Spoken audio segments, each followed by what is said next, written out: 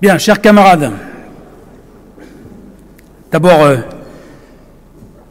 merci Jean-Yves pour ces mots, merci pour cet hommage qui, je crois, est partagé non seulement par toutes celles et ceux qui, aujourd'hui, sont épris de République, épris de laïcité, par toutes celles et ceux qui ont été, comme nous toutes et comme nous tous et comme une immense majorité de nos concitoyens, affreusement meurtris par ce que nous avons vu ces derniers jours. Et c'était bien le moins qu'on puisse rendre hommage à ce Français exécuté, assassiné, par des gens qui, paraît-il, mènent une guerre sainte. Nous parle aujourd'hui, en 2014, de guerre de religion. Ça ne peut que nourrir notre inquiétude, pour le coup, de socialistes, d'universalistes que nous sommes, que nous avons toujours été. Et en rendant quelque part aujourd'hui cet hommage à Jaurès, avec les discours qu'il avait prononcés contre la guerre, mes camarades, certains dans le monde, qui ne le connaissent pas malheureusement, devraient s'inspirer de ce qu'il disait à cette époque. Je voudrais évidemment remercier Isabelle, la secrétaire de section de Souston, et l'ensemble des camarades de la section, Jean-Yves, et puis les permanents de la Fédé, camarades du mouvement des jeunes socialistes et Marine Raffini qui anime cette équipe. Excusez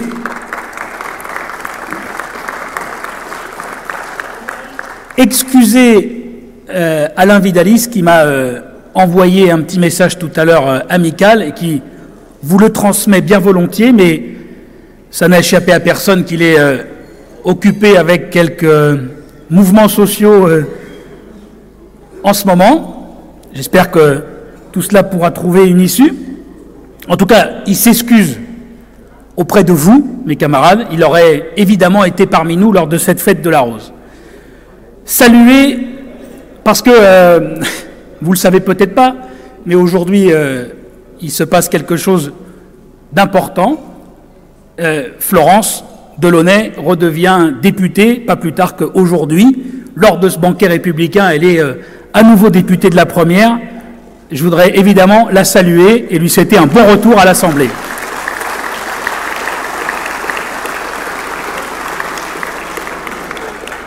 Saluer Jean-Louis, que j'ai vu là-bas, on s'est aperçu tout à l'heure, à la veille d'une élection sénatoriale qui, je sais, sera très compliquée, il le sait beaucoup mieux que moi, mais qu'on aura essayé de défendre, nous verrons bien les résultats demain soir, et le saluer surtout dans tout le travail qu'il a fait à la tête de la commission de la défense nationale dans cette période difficile. On verra ce qui se passe demain soir, mais en tout cas, Jean-Louis, merci au nom des socialistes landais. Merci évidemment à Jean-Pierre, merci à Henri d'être là. Et puis permettez-moi de saluer nos invités, mes camarades. D'abord, saluer et le remercier vraiment Pierre Clavillier, qui est venu ce matin pour présenter son livre sur Jaurès, et puis, je crois, tenir en haleine un certain nombre d'entre nous pendant la conférence qu'il a donnée. Il a bien voulu accepter de venir lors de cette fête de la Rose, rendre un hommage qui, je crois, a été très intéressant. Merci beaucoup, Pierre, de ta présence.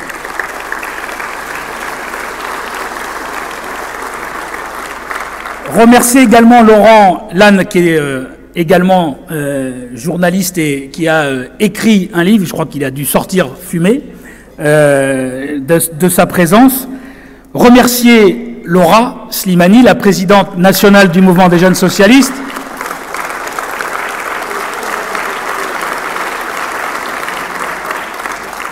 qui nous fera le plaisir d'intervenir juste après. Et puis, enfin, mes camarades, remercier Pierre-Alain Muet d'être venu aujourd'hui pour cette fête de la Rose.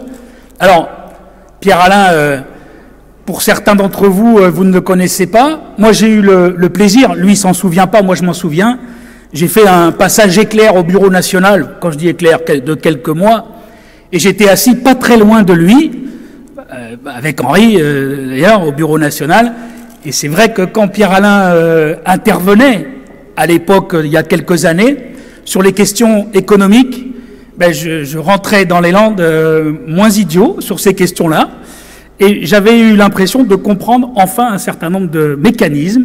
Pierre-Alain est un économiste chevronné, qui a travaillé avec Lionel Jospin dans des belles années de la gauche, 97-2002, même si ça s'est pas bien fini pour nous, mais en même temps, les résultats économiques, si on pouvait avoir le quart de cela, je pense qu'on s'en contenterait, et qui a été artisan des 60 propositions de François Hollande et du projet sur lequel je reviendrai et sur lequel, j'imagine, il reviendra dans un instant. Il est également député du Rhône, et je voudrais vraiment profondément le remercier d'être venu aujourd'hui à cette fête de la Rose, parce qu'ici, tu sais, je te le disais pendant le déjeuner, on aime le débat politique, on aime la confrontation politique, de préférence d'ailleurs, et beaucoup avec la droite, c'est ce qu'on s'emploie à faire depuis des années, et on va continuer encore de nombreuses années.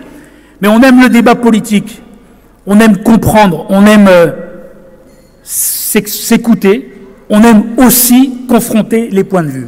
Et c'est pour ça qu'on aime bien quand il y a quelqu'un qui vient dans nos rendez-vous pour eh bien, nous expliquer un petit peu le parcours, et puis sur un certain nombre de sujets, donner des points de vue qui ne sont pas forcément ceux qui peuvent être à l'ordre du jour, ici comme ailleurs. En tout cas, mes camarades, cette fête de la Rose, elle se situe dans un contexte difficile, compliqué.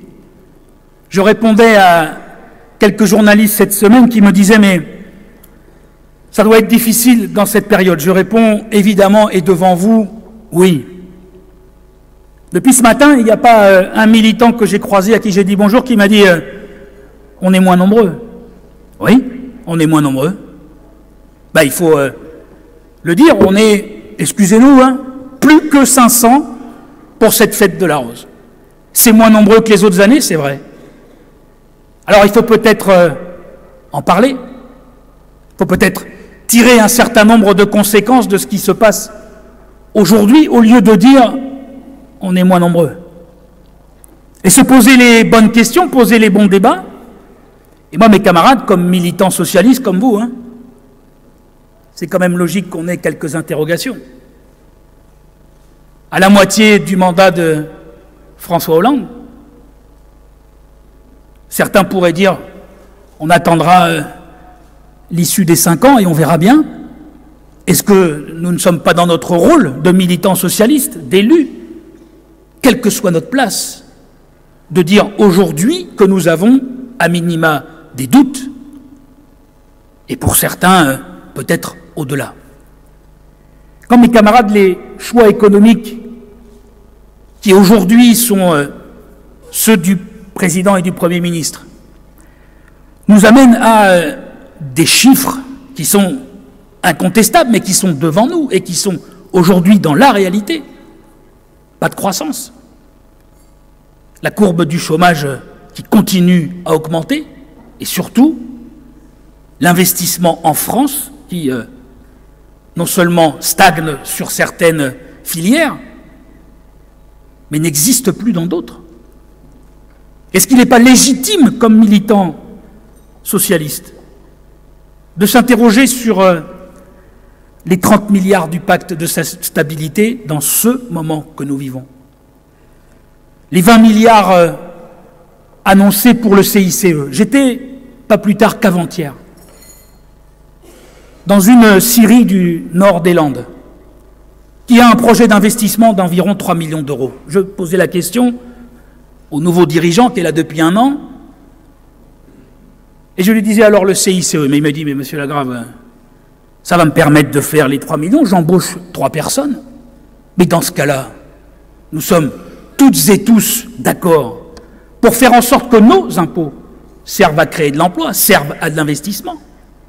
Encore avant-hier, dans une entreprise également du nord des Landes, où il y avait l'inauguration d'une usine de biométhanisation, bref, des énergies renouvelables. Un investissement de 3 millions d'euros également, et avec encore des recrutements. Mais on est content d'aller soutenir ces entreprises. On est content de leur dire, mais l'argent public, notre argent public, que ce soit le département, la région et a fortiori l'État, à travers le CICE ou le pacte, servent à quelque chose, à l'investissement et à l'emploi. Mais dans le même temps, quand vous croisez un responsable d'une banque ou bien un responsable d'une grande surface, qu'est-ce qu'il vous dit? Mais il vous dit, les investissements, j'en ai pas à faire, hein. C'est pas chez moi que ça se passe. Et puis alors, a fortiori, sur les emplois, j'ai pas besoin de créer d'emplois. Est-ce qu'il a besoin de l'argent public? La réponse est évidemment non, mes camarades.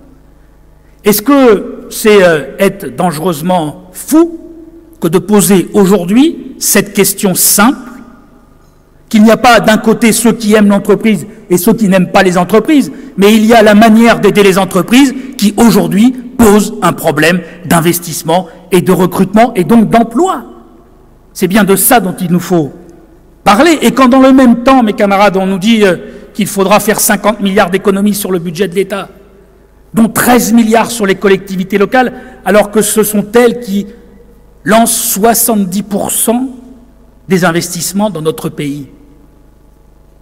On ne peut pas aujourd'hui nous expliquer que ce débat-là, qui avait déjà lieu, je le rappelle, avant même qu'on soit élu à la présidence de la République, hein, il y a déjà 5 ans, au moment où on parlait uniquement d'une seule question, le gel des dotations. Là maintenant, on ne parle même plus du gel, on parle de 13 milliards en moins. Est-ce que c'est normal? Et d'ailleurs, je rappelle qu'au moment de la campagne sur le gel des dotations, c'est comme ça qu'on gagne, mes camarades, excusez du peu, le Sénat. Sur une campagne avec les collectivités locales, très forte, très importante, qui avait mobilisé énormément d'élus locaux, et c'était bien vu. Et puis dans le même temps, vous avez comme moi entendu les chiffres de la fraude aux cotisations sociales, 25 milliards d'euros, de la fraude fiscale qui est encore en augmentation, plus de 53 milliards, et puis entendu quasiment la même semaine où on nous annonçait encore une hausse du chômage, que la France était cette année recordman d'Europe du reversement de dividendes aux actionnaires. Est-ce que, mes camarades, c'est honteux de poser cette question? Je ne le crois pas. Je ne le crois pas. Il faut bien qu'à un moment donné, on puisse se parler. Et que le débat, ou les débats qui ont lieu, je m'excuse pour les parlementaires, mais dans quelques cénacles, c'est-à-dire à l'Assemblée et au Sénat, à l'intérieur du groupe socialiste, des groupes socialistes, puissent avoir lieu au minima dans notre parti. Comment voulez-vous, quand on est militant, aujourd'hui ne pas s'interroger, ne pas être même sidéré par un certain nombre de déclarations et de postures? Moi, mes camarades, quand un ministre explique qu'il faut renforcer le contrôle des chômeurs, ça pique un peu dans le dos, si vous voyez ce que je veux dire. Est-ce que c'est à un ministre socialiste de dire ça? Je le dis tout net, non. Est-ce que c'est à secrétaire d'État aux relations avec le Parlement d'expliquer aux parlementaires socialistes que s'ils ne rentrent pas dans le rang, on va leur mettre des balles dans les genoux? Moi, je vous le dis, ça, ce n'est pas admissible aujourd'hui dans le débat politique. Est-ce que c'est le rôle d'un ministre socialiste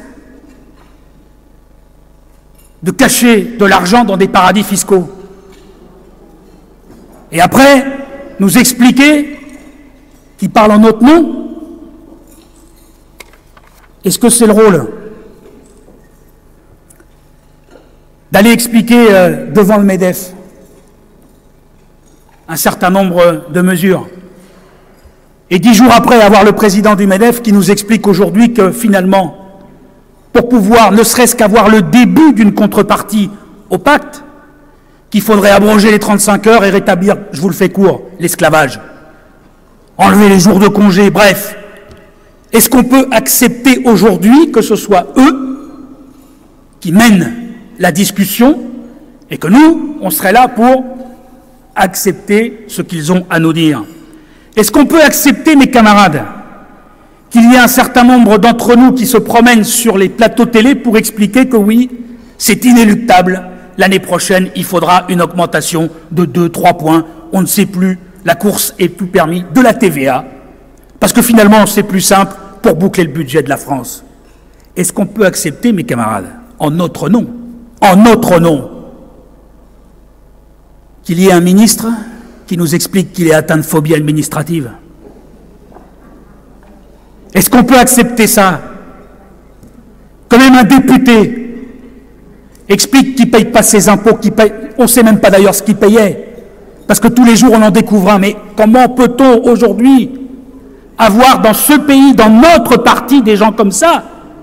Et on voudrait que les militants passent l'éponge, disent qu'il n'y a pas de problème, se disent les frondeurs n'ont qu'à s'occuper de tout ça. Et les frondeurs, ou ils s'appelleront, j'espère, autrement, parce que, pas redire ce qu'a déjà dit Henri sur le sujet, mais enfin, c'est quand même pas le sujet, il va au-delà de la question du Parlement. Qui n'a pas entendu parler de ce que je viens de dire? Dans votre famille, sur un marché, n'importe où, tout le monde vient vous voir pour vous dire c'est inacceptable de la part de la gauche. C'est inacceptable, mes camarades, de ne pas être aujourd'hui exemplaire. De la droite, on n'attend rien, mais de la gauche, on attend à ce qu'on soit exemplaire aujourd'hui quand on est au pouvoir. C'est ça, la gauche.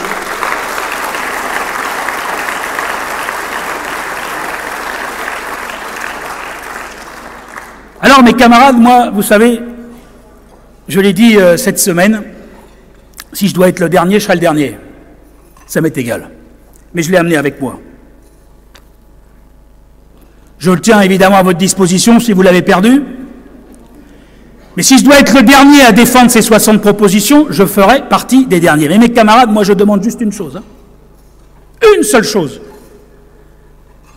À ce que finalement ça, qui était notre socle commun aux socialistes, notre socle commun au reste de la gauche, qui nous avait permis de gagner et les présidentielles et les législatives, en rassemblant les écologistes, le reste de la gauche, bref, en ayant aujourd'hui une majorité dans ce pays, qu'on applique ces 60 propositions. Je ne demande pas plus. Pas moins, mais pas plus.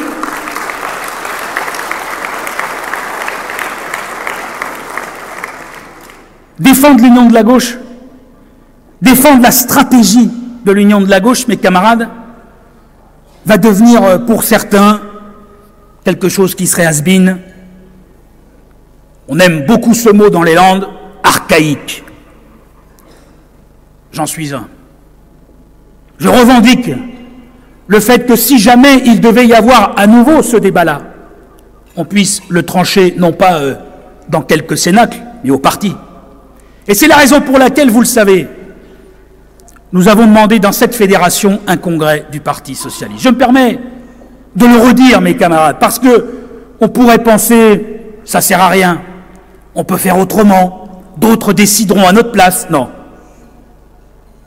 Avec des gens maintenant qui nous ont représentés d'une manière indigne, je le dis, qui sont finalement des gens qui se croient intouchables.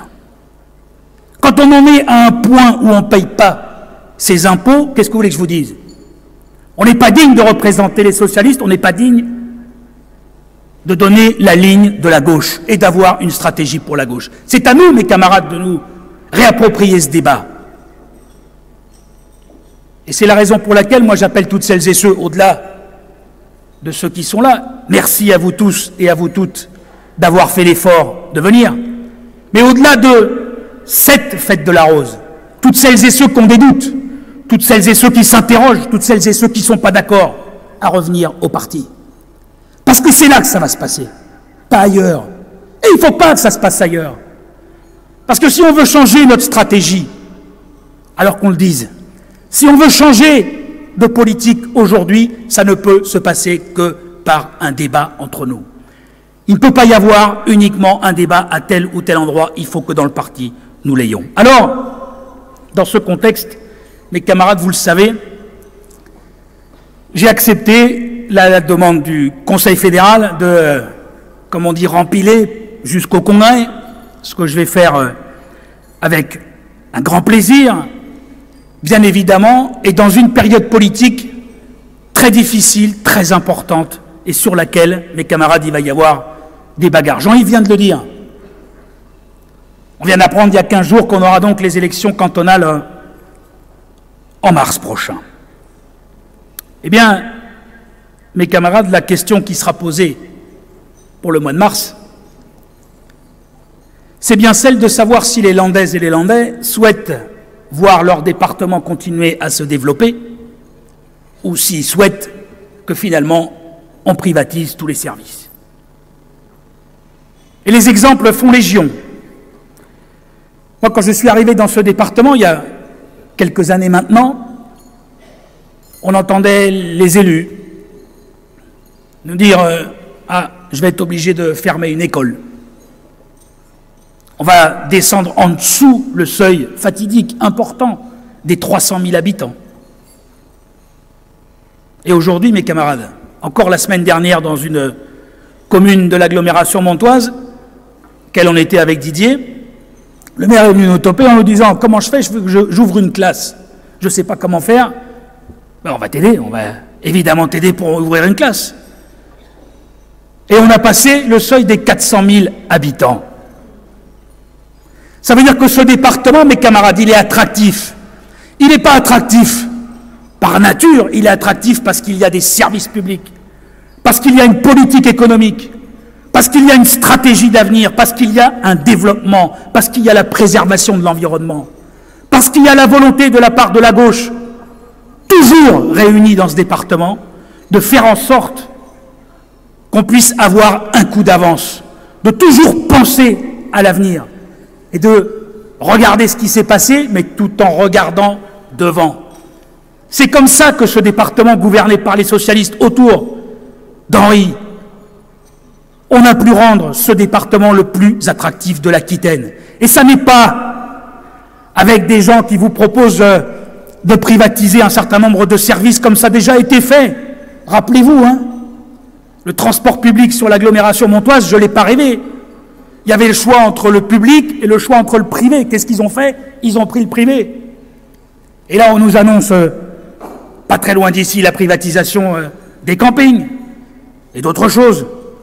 Et mes camarades, c'est aujourd'hui, par rapport à ce modèle-là, qu'il va falloir aller mener cette campagne, tout en faisant en sorte, parce qu'on nous l'a demandé, et qu'on l'a toujours fait, je le rappelle, à chaque élection cantonale, on a su, à travers les années, renouveler nos candidats et nos candidates. On le fera aussi en mars prochain, on saura le faire, on a toujours su le faire, et on continuera à le faire, tout en rassemblant la gauche. Et j'ai d'ores et déjà demandé un rendez-vous à l'ensemble des partis de gauche et écologistes pour pouvoir dialoguer avec eux dans les prochaines semaines. Alors, oui, il y a cette campagne importante. Oui, on ne part pas dans un contexte facile.